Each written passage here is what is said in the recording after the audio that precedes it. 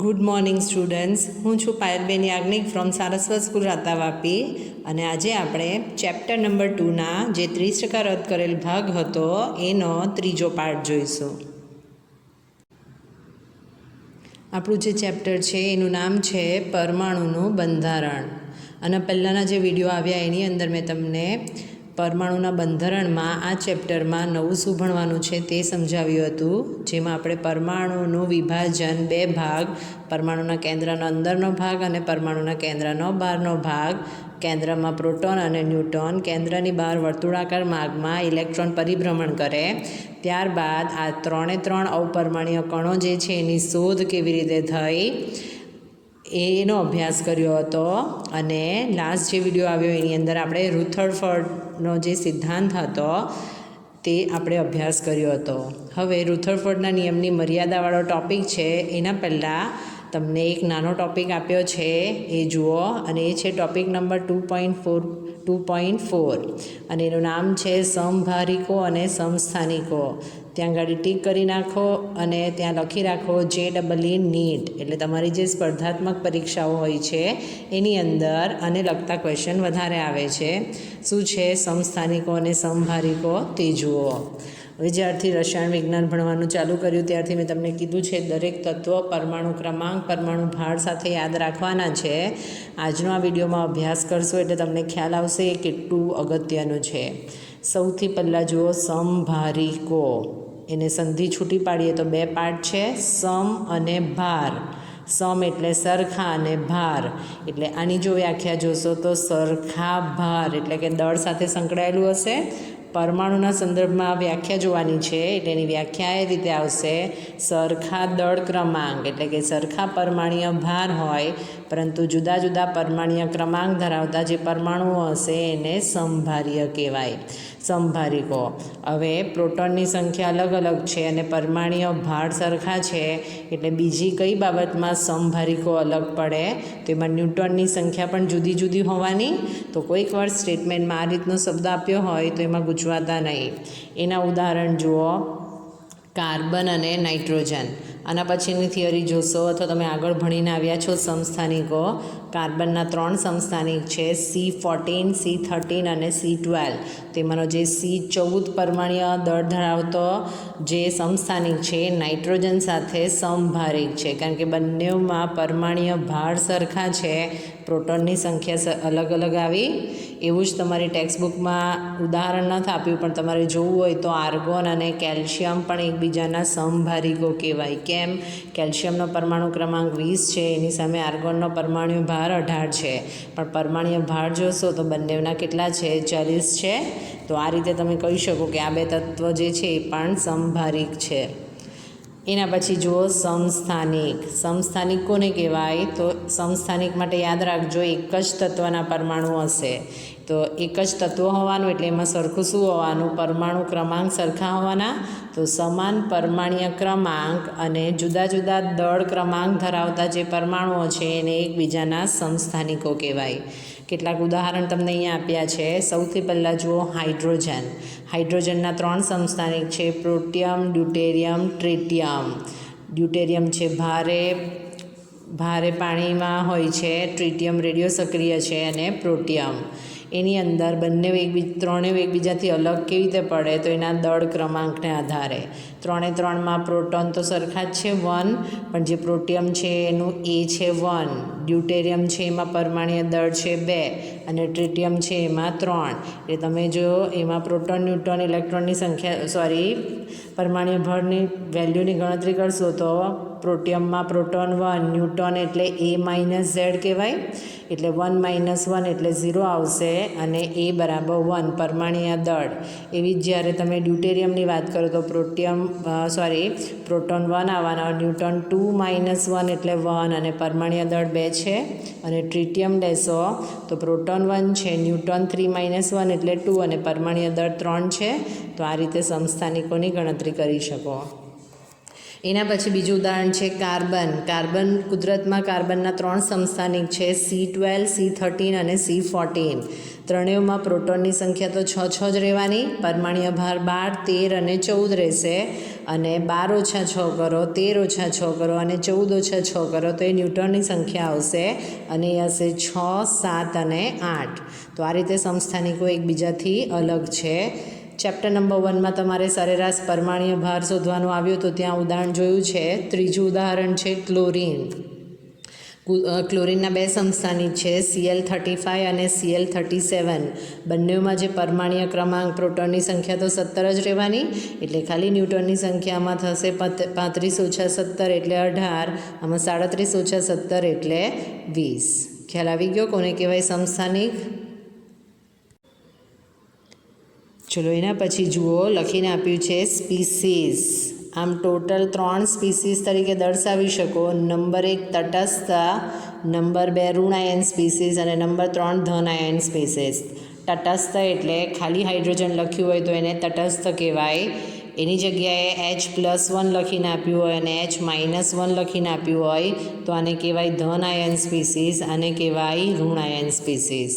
આગળના ચેપ્ટર જોશો અને પછીનું પિરિયોડિક ટેબલ ભણશો. એની અંદર સ્પીસીસ જે છે એનું નોલેજ હોવું બહુ જરૂરી છે. તો કેવી રીતે અલગ છે તે જુઓ. તો સૌથી પહેલાં જુઓ આ વીજભાર કેવી રીતે આવ્યો છે. તમને ખબર જ છે આપણે કોઈકને કંઈક આપીએ એટલે પ્લસ પોઝિટિવ વસ્તુ કહેવાય.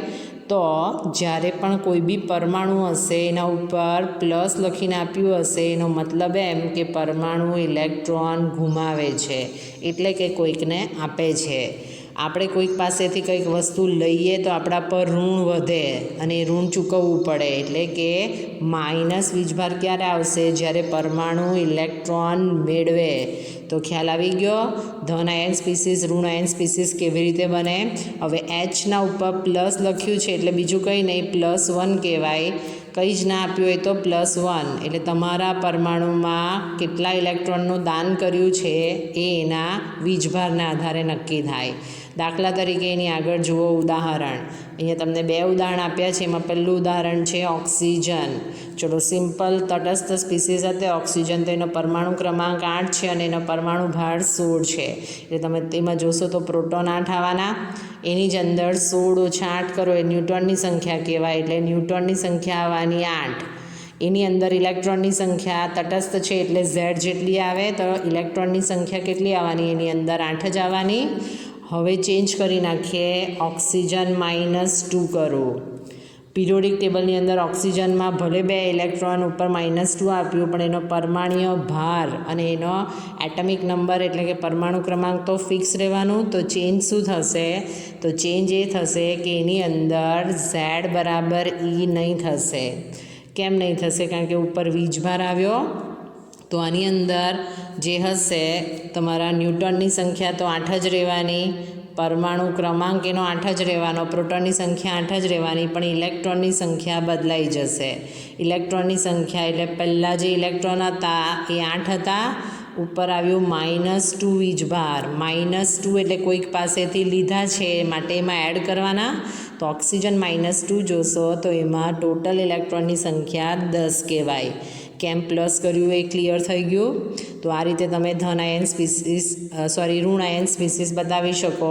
અહીંયા +2 કર્યા છે કારણ કે 2 ઇલેક્ટ્રોન મેળવે તો ઓક્સિજન -2 કહેવાય. એના જેવું બીજું ઉદાહરણ છે સોડિયમ. ચલો બધાને ખબર છે સોડિયમનો પરમાણુ ક્રમાંક છે 11 અને પરમાણુ ભાર છે 23. આ જે આવ્યા તટસ્થ પ્રણાલી છે એટલે એમાં ઇલેક્ટ્રોનની સંખ્યા પ્રોટોનની સંખ્યા 11 કહેવાય. એમાં ન્યૂટનની સંખ્યા જોશો તો 23 - 11 એટલે 12 થવાની.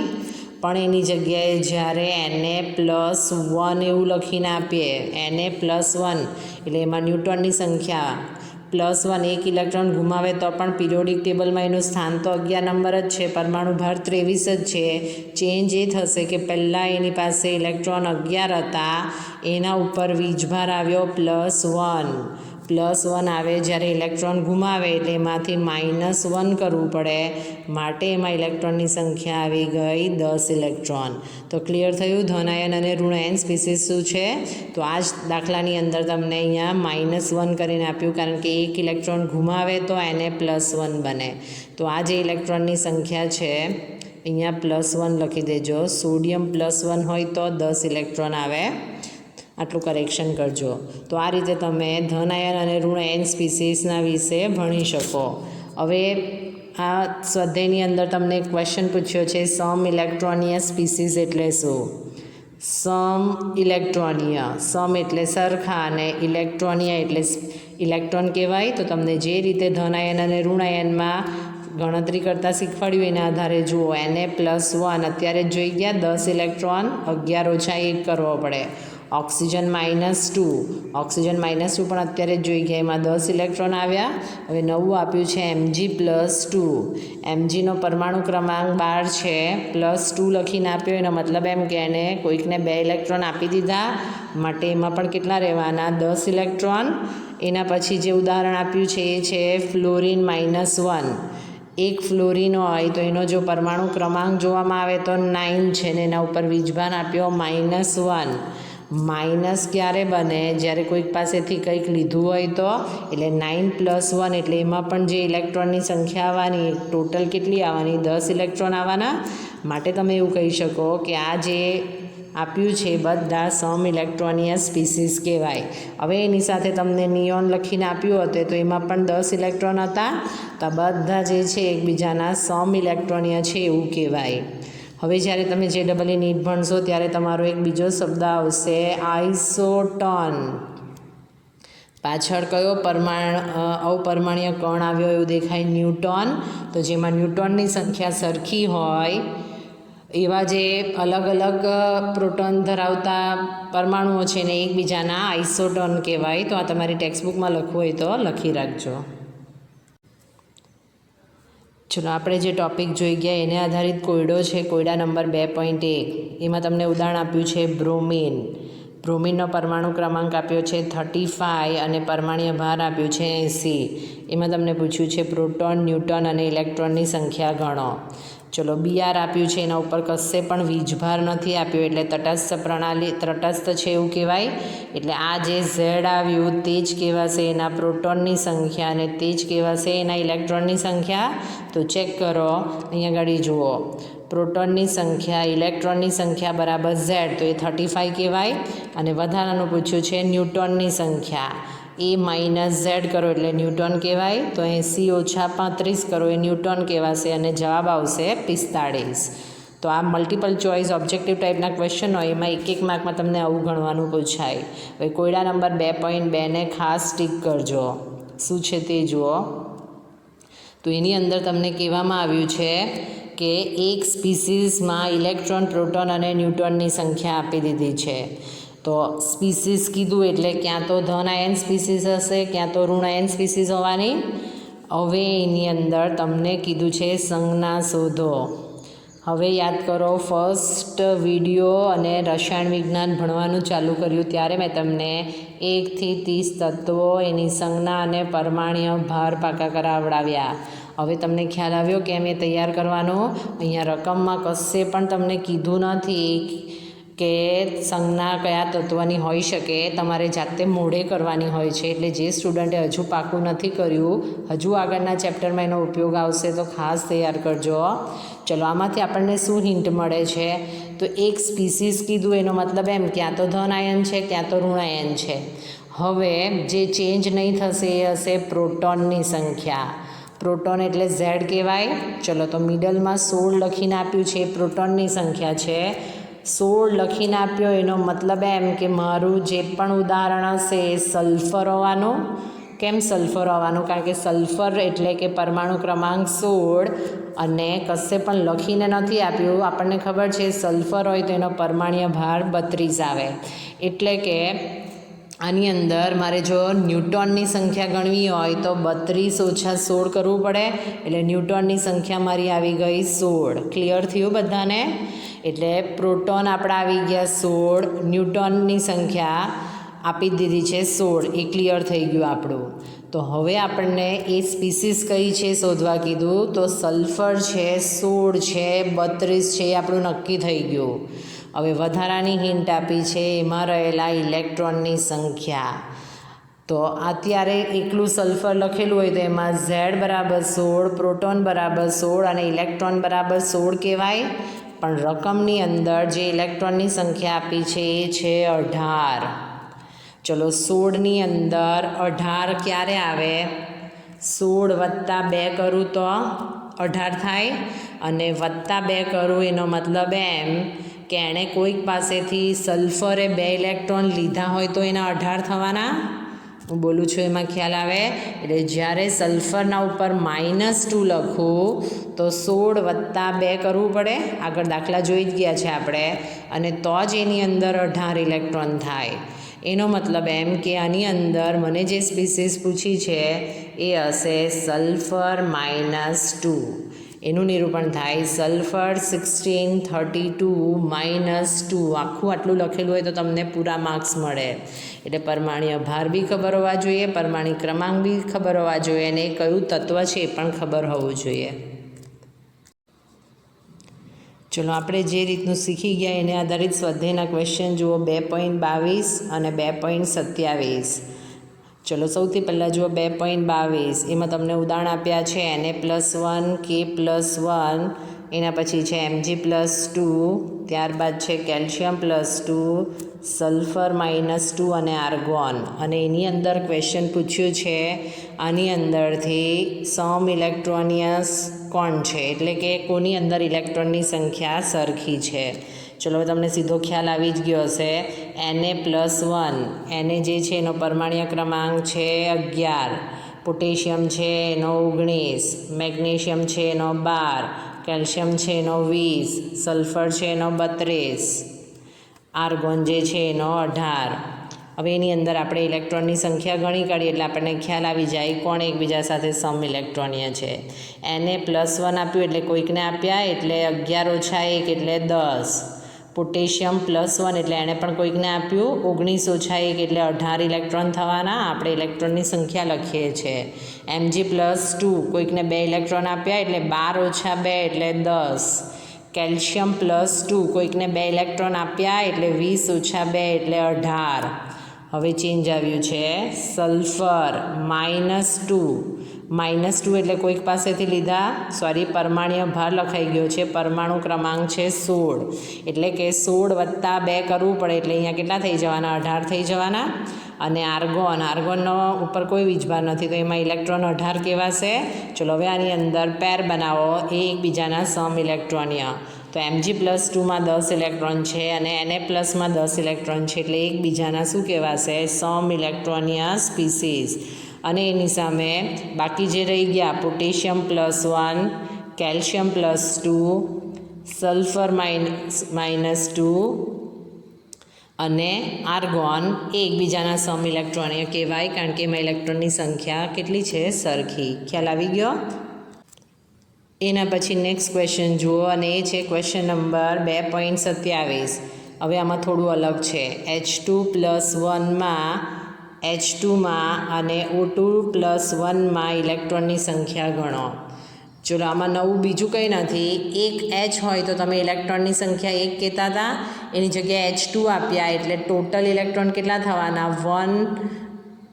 એક પરમાણુ ક્રમાંક તટસ્થ પ્રણાલી છે અને પરમાણુ ક્રમાંક 1 છે, અને 2 ટોટલ સંખ્યા છે એટલે 2 × 1 એટલે 2 થવાનું. તો આની અંદર જે H2 છે એની સંખ્યા 2 આવવાની. તો આપણે વારાફરતી લખતા રહીએ. H2+1 છે, H2 છે, એમાં 2 × 1 એટલે ટોટલ આવ્યા 2 ઇલેક્ટ્રોન. ચલો હવે એની અંદર તમને જે લખીને આપ્યું છે એ છે H2+1.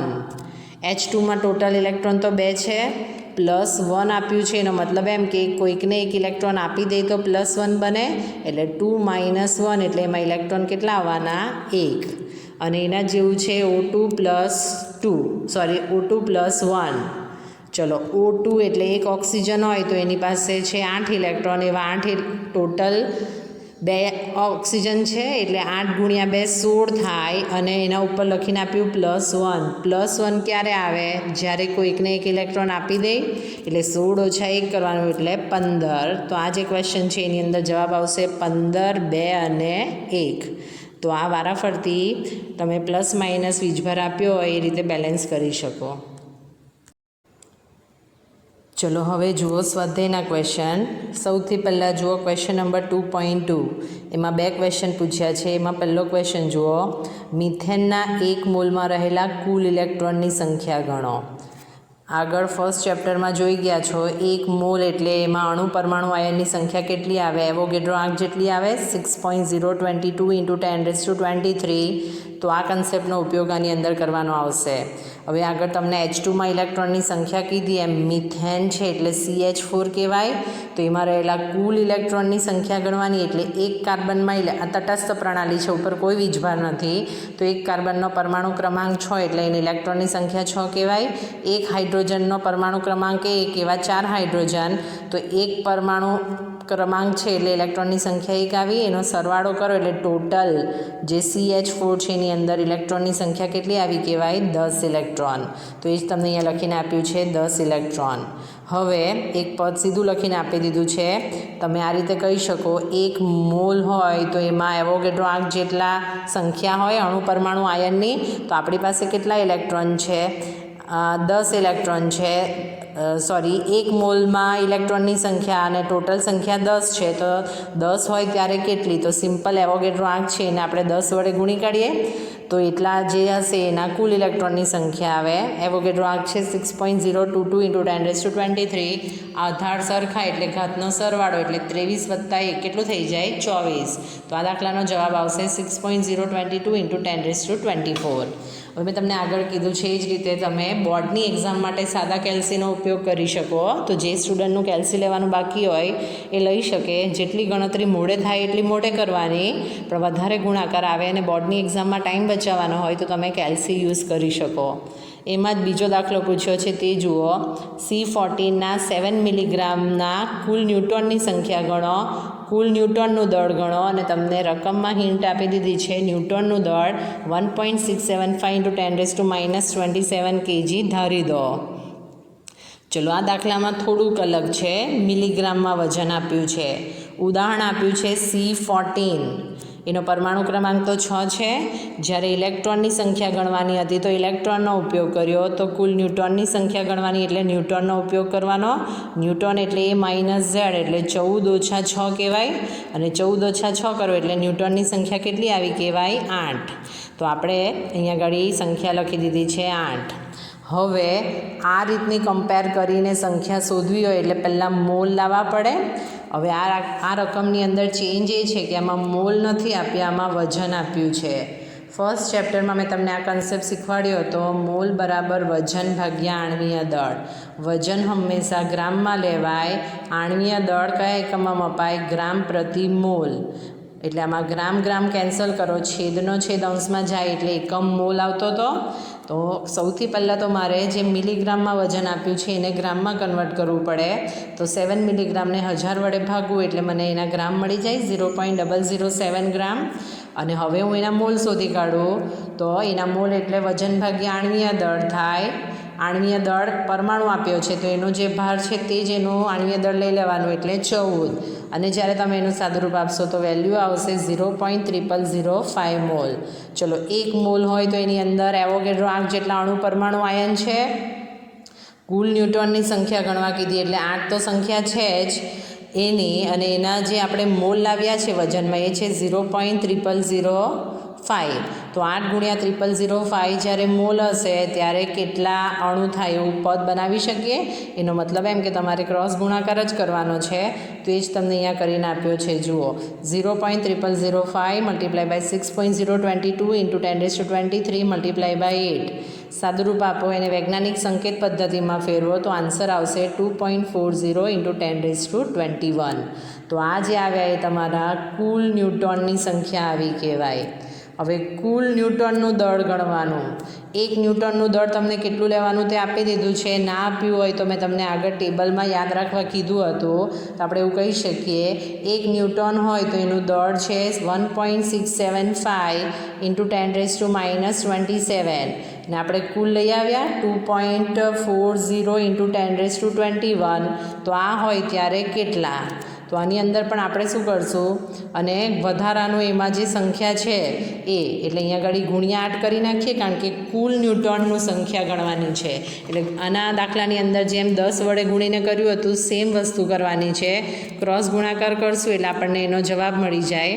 તો એ જ અહીંયા કરીને આપ્યું છે. જુઓ, 1 ન્યૂટનનું દળ 1.675 × 10⁻27, તો 2.47 × 10⁻21નું કેટલું, અને એને 8 વડે આની અંદર 8 ગુણવાનું નહીં આવશે કારણ કે એ સંખ્યા છે. મિસ્ટેકથી કહેવાઈ ગયું. આમાં આપણે દળ ગણવાનું છે એટલે સીધું દળને જ કમ્પેર કરી દઈએ. 1 ન્યૂટનનું દળ હોય આટલું, તો આટલા જ્યારે ન્યૂટન હોય તો દળ કેટલું, કારણ કે ઓલરેડી અહીંયા આગળ ન્યૂટનની સંખ્યા આપણે ગુણી કાઢી છે. અને જ્યારે તમે એનું સાદુરૂપ આપશો અને વૈજ્ઞાનિક સંકેત પદ્ધતિ પ્રમાણે એને ફેરવશો તો આંકડો આવશે 4.0347 × 10⁻6 kg. તો આ રીતે તમે આ દાખલો સોલ્વ કરી શકો. ચલો, એની જ અંદર ત્રીજો ક્વેશ્ચન જુઓ. જે સ્ટુડન્ટને ખ્યાલ આવી ગયો છે તે વિડીયો પોઝ કરીને જાતે ગણી શકે. ત્રીજા ક્વેશ્ચનમાં કીધું છે STPએ 34 મિલીગ્રામ એમોનિયા અને એમાં રહેલા કુલ પ્રોટોનની સંખ્યા ગણો અને કુલ પ્રોટોનનું દળ ગણો, અને જો દબાણ અને તાપમાન બદલવામાં આવે તો એનો ઉત્તર બદલાશે એવું પૂછ્યું છે. તમને STP આગળના સ્ટાન્ડર્ડમાં આવી જ ગયું હશે. STPS એટલે સ્ટાન્ડર્ડ, T એટલે ટેમ્પરેચર, P એટલે પ્રેશર. એનું ગુજરાતી થાય પ્રમાણભૂત તાપમાન અને દબાણ. બહુ ઉપયોગ એનો અત્યારે નથી એટલે આપણે એકદમ શોર્ટમાં એને યાદ રાખીએ. આગળ જે દાખલો જોઈ ગયા હતા 7 મિલીગ્રામ હતું C14, એની જગ્યાએ 34 મિલીગ્રામ એમોનિયા આપ્યું છે. ત્યાં ગાડી તમને ન્યૂટનનું સંખ્યા અને ન્યૂટનનું દળ પૂછ્યું હતું, અહીંયા ગાડી પ્રોટોન. હવે ચેન્જ બીજો એ છે કે આની અંદર રકમમાં તમને પ્રોટોનનું દળ કેટલું લેવાનું એ ધારીને આપ્યું નથી. હવે તમને ખ્યાલ આવ્યો કેમ ઓલા ટેબલમાં જે દળ આપ્યું હતું એ યાદ રાખવા કહેવામાં આવ્યું હતું. તો આવી રીતે રકમમાં જ્યારે દળ નહીં આપ્યું હોય તો આપણને યાદ હોય તો દાખલો સોલ્વ થાય. એક પ્રોટોનનો દળ આપણને ખબર છે 1.6726 × 10⁻27 kg છે. ચલો, તો હવે આ દાખલાને કેવી રીતે સોલ્વ કરશું? કુલ પ્રોટોનની સંખ્યા ગણવાની છે એમોનિયામાં. ઇલેક્ટ્રોન હોય તો ઇલેક્ટ્રોન, પ્રોટોન હોય તો પ્રોટોન, ન્યૂટન હોય તો ન્યૂટન. આ જે એમોનિયા છે એના ઉપર કોઈ વીજભાર નથી આપ્યો એટલે એમાં રહેલા જે Z છે એટલે કે એ જેના ઇલેક્ટ્રોનની સંખ્યા કહેવાશે અને એ જેના પ્રોટોનની સંખ્યા કહેવાશે. એક નાઇટ્રોજન છે એનો પરમાણુ ક્રમાંક 7 છે, એક હાઇડ્રોજન છે એનો પરમાણુ ક્રમાંક 1, ટોટલ 3 હાઇડ્રોજન છે એને ભેગા કરો એટલે આની અંદર જે પ્રોટોનની સંખ્યા આવવાની, ઇલેક્ટ્રોનની સંખ્યા આવવાની એ 10 આવવાની. એનો આપણે આગળ ઉપયોગ કરશું, 10 ઇલેક્ટ્રોન. હવે કુલ પ્રોટોનની સંખ્યા ગણવાની આગળ જોઈ ગયા એ જ રીતે પદ આપણે આ રીતે બનાવશું. 1 મોલ હોય તો એની અંદર એવોગેડ્રો આંક જેટલા અણુ પરમાણુ આયન હોય તો આપણે જે કુલ મોલ લઈ આવશું, કુલ પ્રોટોન લઈ આવશું અને એના જે મોલ હશે આટલા વજનમાં એના હોય તો કેટલા, એ રીતે આપણે એમાં પ્રોટોનની સંખ્યા ગણવાના છે. હવે આની અંદર ફરીથી મેં તમને આગળ કીધું તેમ મોલ શોધશું ને વજન ગ્રામમાં જોઈએ. આના પહેલાંના દાખલામાં જોયું એ જ રીતનું. તો 34 મિલીગ્રામ જે છે એને આપણે ગ્રામમાં કન્વર્ટ કરીએ એટલે એને 1000 વડે ભાગી દીધું એટલે થશે 0.034 ગ્રામ. એના પછી મોલ શોધવાના છે અને કમ્પેર કરવાનું એટલે આપણી પાસે સૂત્ર છે મોલ બરાબર વજન ભાગ્યા આણ્વીય દળ. વજન છે 0.034, એમોનિયાનું આણ્વીય દળ ગણવું એટલે 1 નાઇટ્રોજનનો 14, 1 હાઇડ્રોજનનો 1 અને સરવાળો કરો એટલે 17 થાય. તો એ 17 આંકડો અહીંયા મૂકી દઈએ અને જ્યારે તમે એનો ભાગાકાર કરશો તો તમારા મોલ આવશે 0.002 મોલ. સેમ દાખલો છે આગળ કર્યું એ જ રીતનું કમ્પેર કરો. 1 મોલ હોય તો એવોગેડ્રો આંક જેટલા હોય, પ્રોટોનની સંખ્યા છે 10 અને એમાં જે વજનમાં પૂછ્યું છે એમાં મોલ છે 0.002 મોલ હોય તો કેટલા. એટલે આની અંદર પણ એવોગેડ્રો આંક અને આંકડાનો ગુણાકાર કરો તો કુલ પ્રોટોનની સંખ્યા આવવાની. તો એ જ તમને અહીંયા કરીને આપી છે. જુઓ, એમોનિયાના કુલ પ્રોટોનની સંખ્યા એટલે 0.0002 મોલ લીધા, 6.022 × 10⁻23 એટલે એવોગેડ્રો આંક ગુણ્યા 10 કર્યું. આધાર સરખા ઘતનો સરવાળો અને આનો ગુણાકાર કરશો, એને વૈજ્ઞાનિક સંકેત પદ્ધતિ પ્રમાણે ફેરવશો તો તમારો જવાબ આવશે 1.20 × 10⁻22. તો આ થઈ ગયા કુલ પ્રોટોનની સંખ્યા. હવે કુલ પ્રોટોનની સંખ્યા આવી ગઈ અને આપણને કુલ પ્રોટોનનું દળ કીધું તો આપણે પદ આગળ બનાવ્યું એ જ રીતે આ રીતે બનાવી શકીએ. એક પ્રોટોનનું દળ છે એ છે 1.6726 × 10⁻27 kg. તો આપણે આવ્યા 1.20 × 10⁻22 પ્રોટોન હોય તો એનું દળ કેટલું. એટલે આનો જ ક્રોસ ગુણાકાર કરી નાખો. આધાર સરખા ઘાતનો સરવાળો તમે ગુણાકાર કરશો આ બે આંકનો તો આંકડો થોડો અલગ આવશે. એને વૈજ્ઞાનિક સંકેત પદ્ધતિ પ્રમાણે ફેરવો એટલે લાસ્ટ જે જવાબ હશે એ હશે પ્રોટોનનું દળ 2.0145 × 10⁻⁵ kg. તો ખ્યાલ આવી ગયો કેવી રીતે પ્રોટોનની સંખ્યા અને ન્યૂટનની સંખ્યા ગણી. હવે એની જ અંદર તમને એક બીજો ક્વેશ્ચન પૂછ્યો છે, જો દબાણ અને તાપમાન બદલવામાં આવે તો ઉત્તર બદલાશે. તો આપણે જે થિયરી જોઈ ગયા એની અંદર આપણે જોયું છે કે પ્રોટોન, ન્યૂટન અને ઇલેક્ટ્રોનની સંખ્યા જે હશે એ દબાણ અને જે તાપમાન હશે એનાથી સ્વતંત્ર હશે. એટલે આપણે એવું કહી શકીએ કે જો દબાણ અને તાપમાન બદલાવવામાં આવશે તો પણ આપણો જે ઉત્તર હશે એ બદલાશે નહીં. તો આ રીતે તમે પ્રોટોન, ન્યૂટન અને ઇલેક્ટ્રોનની કુલ સંખ્યા આપેલા ઉદાહરણમાં શોધી શકો અને એનું કુલ દળ.